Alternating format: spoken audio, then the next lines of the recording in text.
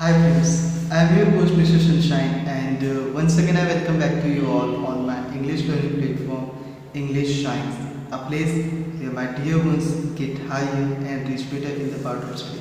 So friends, आज हम बात करने वाले हैं क्लास 9th के फर्स्ट चैप्टर के बारे में. इसका नाम है द फन दे हैड, जिसे लिखा है राइटर इसैक असिमोव ने.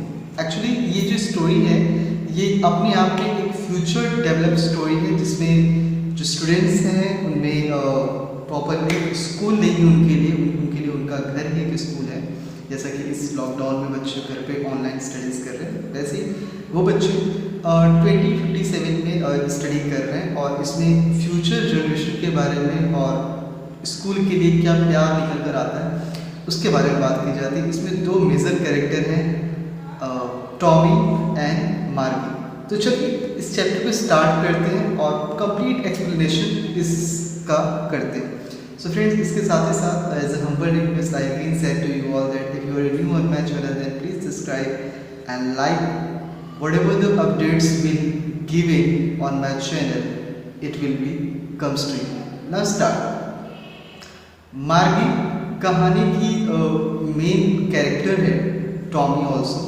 मार्गी एक 11 ईयर ओल्ड लड़की है जो कि 17 मई 1557 को एक डायरी लिखती है और उस डायरी में वो ये डेवलप कर रही है कि हम इस वक्त जो सिनेरियो है हम तो 2020 में हैं और जो स्टोरी है वो 2057 की है. सो इसमें जब बात की जाती है सो अप्रॉक्सीमेटली 140 ईयर प्लस की कहानी है और उसमें जो टॉमी है उसको एक किताब मिलती है और वो किताब काफ़ी डिफरेंट है. इट्स वॉट, क्योंकि 2057 में कोई किताब जैसे कोई चीज़ नहीं है. उस वक्त बच्चे ऑनलाइन स्टडी करते हैं, उनके सामने एक मैकेनिकल टीचर है, उनका कंप्यूटर है जिससे वो स्टडी करते हैं. बट मार्गी और टॉमी के टाइम में उन्हें एक बुक मिलती है और वो बुक प्रिंटेड फॉर्म में है और उसको अपने दादाजी की बात याद आ जाती है. जब दादाजी की बात याद आती है तो उसमें उसे क्या याद हो जाता है, उसके दादाजी बताते हैं कि उन्होंने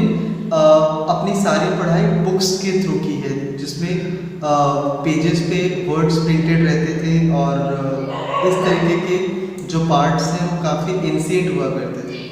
अब वो इन सब चीज़ों पे बिलीव नहीं कर सकते हैं. ओके, सो मार्गी उस बुक्स के बारे में बात करती है जो टॉमी को मिली थी. वो कहती है कि बुक्स के जो पेजेस हैं वो काफ़ी येलो हो चुके हैं और वो काफ़ी पुराने हैं. बच्चों को उन दोनों बच्चों को वो काफ़ी इंटरेस्टिंग लग रहे थे क्योंकि वो सिर्फ और सिर्फ स्टिल थे, वो किसी तरीके का कोई मूवमेंट नहीं करते थे. अभी जैसे हम अपने स्क्रीन पे जब कुछ पढ़ाई करते तो क्या होता, थोड़े बहुत रोटेट करते, बट उनके टाइम में ऐसा कुछ नहीं था. वो सिर्फ और सिर्फ बुक्स पे प्रिंटेड थी.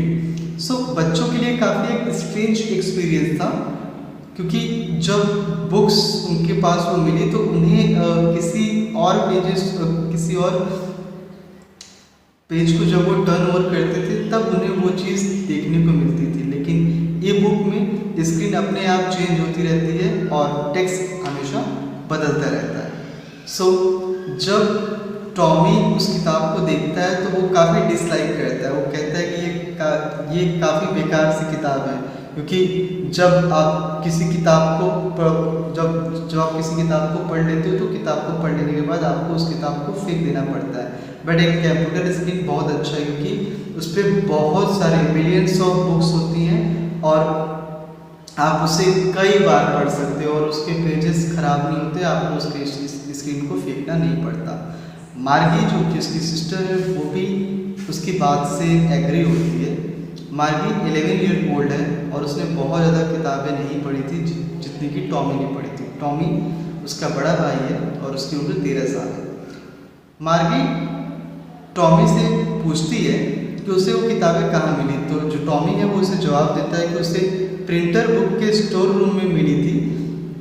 वह किताबों को पढ़ने में इतना व्यस्त था कि वो अपनी नज़र भी किताब से नहीं हटाता है, वो डायरेक्टली रिप्लाई कर देता है. तो मार्गी पूछती है कि ये बुक किसके बारे में है, तो टॉमी जवाब देता है ये स्कूल के बारे में, स्कूल जाने के बारे में, स्कूल की लाइफ के बारे में. मार्गी को स्कूल वर्ड से काफ़ी ज़्यादा हेट था. क्यों हेट है? क्योंकि मार्गी के लिए स्कूल क्या है, मार्गी के लिए स्कूल एक मैकेनिकल टीचर है जहाँ पे मैकेनिकल टीचर का मतलब एक मशीन है जो कि उसको सिखाती है, और वो उस तरीके के स्कूल में नहीं गई है जैसे आज 2020 में बच्चे स्कूल जाते हैं। सो मार्गी को स्कूल से हेट क्यों है, नफरत क्यों है? क्योंकि मार्गी का जो स्कूल है एक वर्चुअल क्लासरूम है और एक रियल क्लासरूम के जैसा नहीं है। अब वहाँ पे चीज़ें हैं क्या कि मार्गी ज्योग्राफी के बहुत सारे टेस्ट दे रही थी और वो बहुत सारे हार्ड क्वेश्चन थे और मार्गी बहुत अच्छा परफॉर्म नहीं कर रही थी, तो उसकी मम्मा को ये लगा कि मशीन में शायद कुछ गड़बड़ी आ गई, तो उन्होंने काउंटी इंस्पेक्टर को बुलाया।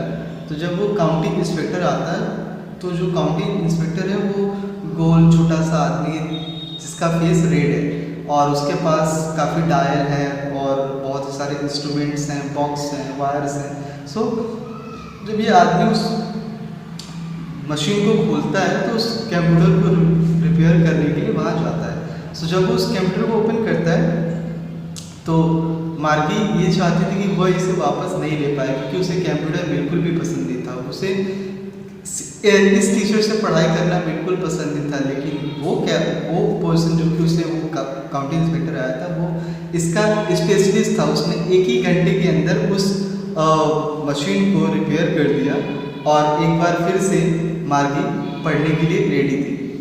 मार्गी कंप्यूटर के बारे में जब एक्सप्लेन करती है तो उसे बताती है कि ये बहुत बड़ा है और रंग में बहुत ही ब्लैक था, लेकिन उसकी प्रेजेंस उसे बिल्कुल भी अच्छी नहीं लगती थी। इसकी एक बड़ी स्क्रीन पे बहुत सारे पूरे चैप्टर्स दिखाई देते हैं और मार्गी को इस मैकेनिकल टीचर से ज़्यादा नफरत थी क्योंकि उसे अपने होमवर्क और अपने टेस्ट पेपर उसी पे देने पड़ते थे।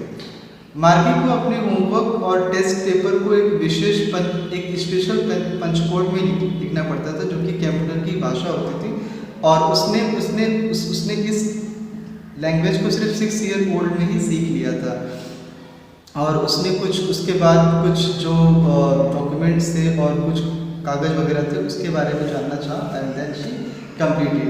तो काउंटी इंस्पेक्टर ने कहा था कि मार्गी को ज्योग्राफी में लो मार्क्स इसलिए मिल रहे थे क्योंकि मशीन प्रॉपरली काम नहीं करती थी। अब इसे नॉर्मल, क्योंकि ये बहुत ज़्यादा हाई लेवल पे पहुंच चुका था, सो अब इसे नॉर्मल लेवल पर कर दिया गया। कभी कभार जो मशीन्स होती हैं वो ख़राब हो जाती हैं। सो इस टाइम भी ऐसे ही हुआ था, लेकिन मशीन को प्रॉपरली कर दिया गया और मशीन अब एक 10 साल के बच्चे की तरह काम कर रही है। उन्होंने कहा मार्गी अच्छी गति से सीख रही है, उसका परफॉर्मेंस अच्छा है और मार्गी को वो क्या करते हैं, बैटिंग करते हैं, उसका सिर थपथपाते हैं। मार्गी बिल्कुल नहीं चाहती थी कि इस मशीन से उसे फिर से पढ़ाई करना पड़े, वो चाहती थी कि उसे इंस्पेक्टर उसे हटा ले। लेकिन मार्गी को एक बात याद आती है कि जब एक बार टॉमी का जो मैकेनिकल टीचर है जब वो एक बार ख़राब हो जाता है तो उसे 1 महीने के रिपेयर करने के लिए लेके जाता है और एक महीने तक टॉमी बहुत ज़्यादा इन्जॉय करता है। किस तरीके से इन्जॉय करता है, क्योंकि उसके पास हिस्ट्री पढ़ाने वाले जो हिस्ट्री के जो उसका मैकेनिकल टीचर था उसके हिस्ट्री के कुछ पार्ट्स क्या उसके रिमूव हो चुके थे, वो हट चुके थे। तो मैकेनिकल टीचर के पास कोई मेमोरी नहीं थी, इसलिए उसे रिपेयर करने के लिए लेके जाना पड़ा। अब मार्गी को स्कूल क्यों नापसंद है, क्यों वो हेट करती है, चलिए इसके बारे में जानते हैं। टॉमी बेहतर आंखों से मार्गी को देख रहा था क्योंकि वो ये जानता था कि मार्गी को कुछ पता ही नहीं है। वो जानता था कि मार्गी बहुत ही मूर्ख है क्योंकि उसे पता ही नहीं था कि उसके टाइम में किस तरीके का स्कूल हुआ करता था। और टॉमी इस बात पर बहुत ज़्यादा जोर दे के बताना चाहा कि बहुत सालों पहले स्कूल आज की तरह नहीं हुआ करते थे। मार्गी टॉमी के वर्ड से आहत थी, बहुत ज़्यादा दुखी हो चुकी थी और जब उसे जब वो पूछना चाह रही थी और वो बता ही नहीं रहा था तो वो बहुत ज़्यादा क्यूरियस हो गई और बहुत ज़्यादा इमेजिनेशन करने लगी कि बच्चों के लिए एक टीचर हुआ करता था और वो टीचर बच्चों को बताने की कोशिश करता था, सिखाने की कोशिश करता था कि किस तरीके से हमें क्या चीज़ें सीखनी है। लेकिन टॉमी और मार्गी के लिए तो ऐसा बिल्कुल नहीं था, वहाँ उनके लिए एक मैकेनिकल टीचर था और वो मैकेनिकल टीचर उन्हें वो सारी चीज़ें सिखाया करता था। मार्गी को बिल्कुल बिलीव नहीं हो रहा था कि एक पर्सन एक टीचर हो सकता है क्योंकि हमेशा उसने ये सारी चीज़ें एक मशीन को करते हुए देखी हैं। टॉमी आगे ये बताता है कि जिस आदमी ने उस कक्षा को पढ़ाया, वो उन्हें होमवर्क भी देता है, वो उनसे क्वेश्चन भी पूछता है, जैसा कि उनका मैकेनिकल टीचर करता है। सो आगे ये कहती है कि जो पर्सन होते हैं, ह्यूमन बीइंग होते हैं, वो मैकेनिकल टीचर की तरह इंटेलिजेंट नहीं होते। तो टॉमी कहता है कि जो ह्यूमन टीचर होते हैं उसे हमें कम नहीं आंकना चाहिए, क्योंकि वो भी जो मशीन्स होते हैं उनकी तरह ही नॉलेजफुल होते हैं, जैसे कि हमारे पिताजी भी तो बहुत ज़्यादा जानते हैं। सो टॉमी इस बात पे शर्त लगाता है कि ह्यूमन बहुत अच्छे होते हैं। सो मार्गी इस बारे में बिल्कुल बात नहीं करना चाहती थी, क्योंकि उसे ये बिल्कुल नहीं पसंद था कि कोई ह्यूमन उसके घर पे पढ़ाने के लिए आए। टॉमी जब ये बात सुनता है तो उसे बहुत ज़्यादा अजीब लगता है।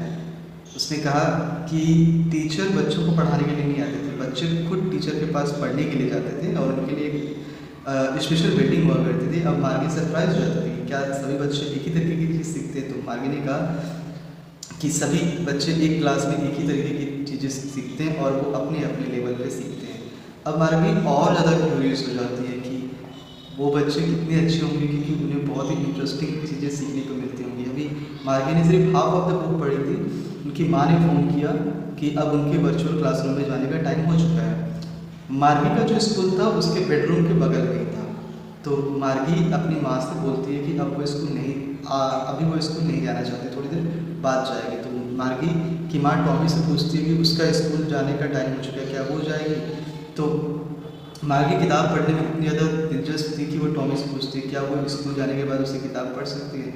तो टॉमी भी थोड़ा सा इग्नोर करके कहता है ठीक है, अगर आप पढ़ना चाहो तो आप पढ़ सकते हो। टॉमी को बहुत अच्छा लग रहा था कि मार्गी किताब पढ़ने में इंटरेस्टेड थी। मार्गी अपने स्कूल जाती है और स्कूल क्या है, उसके बेडरूम के बगल में एक कमरा है जहाँ पे एक वर्चुअल क्लासरूम है, उसके पास एक कंप्यूटर है। जब वो चालू हो जाता है तो उसे पढ़ाना स्टार्ट कर देता है और सैटरडे और संडे को छोड़ के वो सारे दिन पढ़ाई करती है। मीन्स वॉट, पूरे वीक में 5 डेज़ की स्टडी होती है और 2 दिन उसका ऑफ रहता है। और उसके बाद वहाँ पे ये बताया जाता है कि अगर वो इसी तरीके से सीखती रही तो आगे चल के वो बहुत जल्दी काफ़ी कुछ चीज़ें सीख जाएगी। अब जो मार्गी है वो मशीन के सामने बैठ जाती है और मशीन चालू हो जाता है और आज उसे किस चीज़ का स्टडी करना है, अलजेब्रा का। अलजेब्रा में उसे फ्रिक्शन के बारे में करना है, तो मशीन उसे होमवर्क जो उसने दिया था वो देने के लिए कहता है। तो होमवर्क दिया जाता है। अब होमवर्क देने के बाद जो मार्गी है उसे बहुत ज़्यादा बोरिंग फील होता है, क्योंकि मार्गी के लिए उसकी लाइफ काफ़ी ज़्यादा बोरिंग हो चुकी थी, बहुत ज़्यादा लेजी हो चुकी थी। और वो किस तरीके से कंपेरिजन करता है, इसे मशीन से कंपेरिजन करता है। मार्गी अपने ग्रैंड फादर ने जो उसे स्टोरी बताई थी कि जब वो छोटे थे तो वो स्कूल जाया करते थे, सो उसे वो सारी बातें याद आती हैं। और यहाँ पर राइटर ये बात बताता है कि जब हम जिस प्रेजेंट सिनेरियो में रहते हैं, हमें वो चीज़ें छोड़ के हमें पास्ट की चीज़ें या अलग चीज़ें बहुत ज़्यादा अट्रैक्टिव लगती हैं। तो हमें इन सब चीज़ों से थोड़ा सा बच के रहना चाहिए, क्योंकि हम जो भी लाइफ जीते हैं वो लाइफ बेस्ट लाइफ होती है। जब मार्गी को ये पता चलता है कि बच्चे पास में स्कूल जाते थे, वो एक साथ बैठते हैं और एक साथ स्कूल में शाउटिंग करते हैं, तो वो भी और ज़्यादा क्यूरियस हो जाती है और वो भी स्कूल जाना चाहती है। उसको ये लगता है कि बच्चे इकट्ठा होते थे, उन्हें एक ही होमवर्क मिलता था और एक ही होमवर्क पे बहुत ज़्यादा डिस्कशन करते थे। तो ये बहुत ही अच्छी तरीके, क्योंकि जब हम किसी से मिलते हैं तो वो हमारे बहुत ही अच्छे दोस्त बन जाते हैं बहुत ही जल्दी। उसे ये लगता था कि जो टीचर होते हैं वो मशीन नहीं होते थे, बल्कि वो ह्यूमन होते थे। जैसा कि मार्गी ने अपना होमवर्क डाला था तो मशीन ने उसका रिप्लाई करना स्टार्ट कर दिया। कोई ठहरा नहीं था वहाँ पे, कोई मौज मस्ती नहीं थी, न किसी से चैटिंग करने का कोई टाइम नहीं था, नहीं दोस्तों के साथ कोई बातचीत थी। सो ये रही पूरी ओवरऑल स्टोरी। और at the last the fun they had के टाइटल से ये समाप्त हो जाता है। एक्चुअली जो स्टूडेंट्स हैं उनको पास्ट में जो स्कूल जाने का मज़ा या इन्जॉयमेंट मिला है, मार्गी सिर्फ फ्यूचर में उसके बारे में सोचती रह जाती है। सो फ्रेंड्स, ये रही overall line by line summary the fun they had, जिसे लिखा है सेंट असिमो ने। इसके बावजूद आप अगर इस चैप्टर के बारे में कुछ और जानना चाहते हो तो आप मुझे कमेंट बॉक्स में मेंशन कर सकते हो, वहाँ पे मैं आपके मैसेज की पर्सनली रिप्लाई करूँगा। और 9 की प्लेलिस्ट में आप बाकी सारे चैप्टर भी देख सकते हो। तब तक के लिए सेफ रहिए, घर में रहिए और जय हिंद।